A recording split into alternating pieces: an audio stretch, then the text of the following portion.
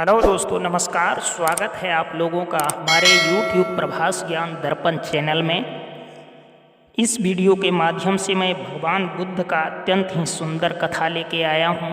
जैसे एक आदमी ने भगवान बुद्ध से पूछा, जीवन का मूल्य क्या है। बुद्ध ने उसे एक पत्थर दिया और कहा, जा और इस पत्थर का मूल्य पता करके आ, लेकिन ध्यान रखना पत्थर को बेचना नहीं है। वह आदमी पत्थर को बाजार में एक संतरे वाले के पास लेकर गया और बोला, इसकी कीमत क्या है। संतरे वाला चमकीले पत्थर को देखकर बोला, 12 संतरे ले जा और इसे मुझे दे जा। आगे एक सब्जी वाले ने उस चमकीले पत्थर को देखा और कहा, एक बोरी आलू ले जा और इस पत्थर को मेरे पास छोड़ जा। आगे एक सोना बेचने वाले के पास गया, उसे पत्थर दिखाया। सुनार उस चमकीले पत्थर को देखकर बोला, 50 लाख में बेच देगा। उसने मना कर दिया तो सुनार बोला, करोड़ में दे दे या बता, इसकी कीमत जो मांगेगा वह दूंगा तुझे। उस आदमी ने सुनार से कहा, मेरे गुरु ने इसे बेचने से मना किया है।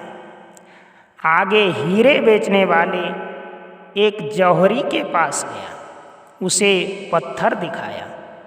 जौहरी ने जब उस बेशकीमती रूबी को देखा तो पहले उसने रूबी के पास एक लाल कपड़ा बिछाया, फिर उस बेशकीमती रूबी की परिक्रमा लगाई, माथा टेका। फिर जौहरी बोला, कहाँ से लाया है ये बेशकीमती रूबी। सारी कायनात, सारी दुनिया को बेचकर भी इसकी कीमत नहीं लगाई जा सकती है।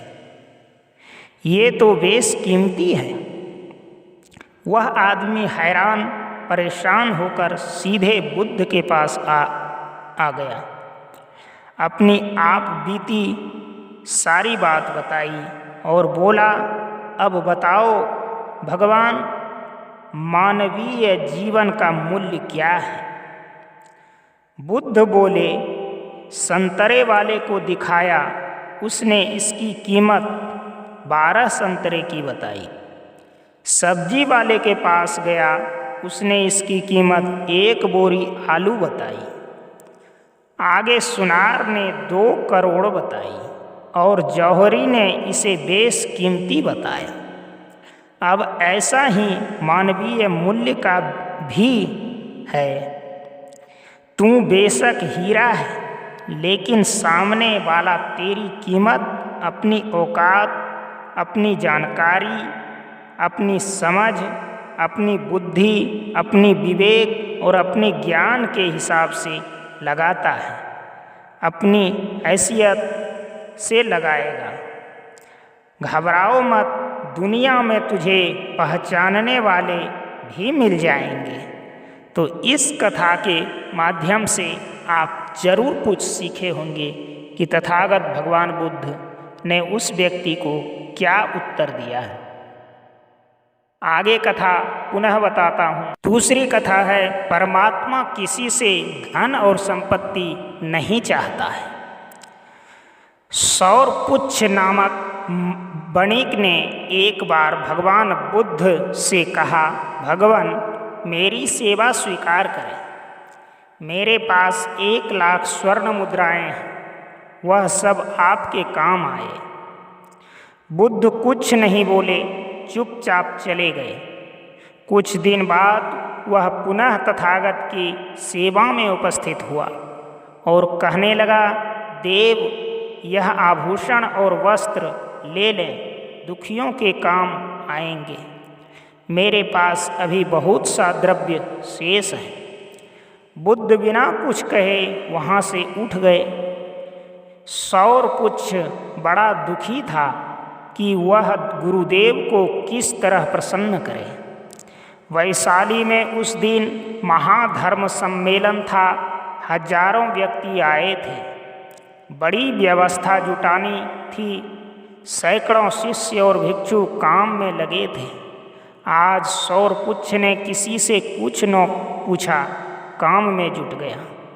रात बीत गई, सब लोग चले गए, पर सौरपुच्छ बेसुध कार्य निमग्न रहा।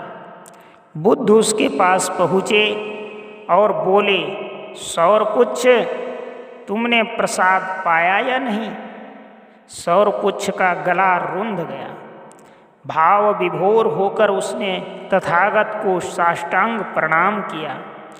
बुद्ध ने कहा, वत्स, परमात्मा किसी से धन और संपत्ति नहीं चाहता, वह तो निष्ठा का भूखा है। लोगों की निष्ठाओं में ही वह रमण किया करता है और तुमने स्वयं यह जान लिया। तो इस कथा के माध्यम से जरूर आपको कुछ अच्छी प्रेरणा मिली होगी। मिलते हैं अगली वीडियो में अगली कथा को लेकर के। कथा अच्छी लगे तो लाइक और सब्सक्राइब जरूर कीजिएगा। तब तक के लिए नमस्कार।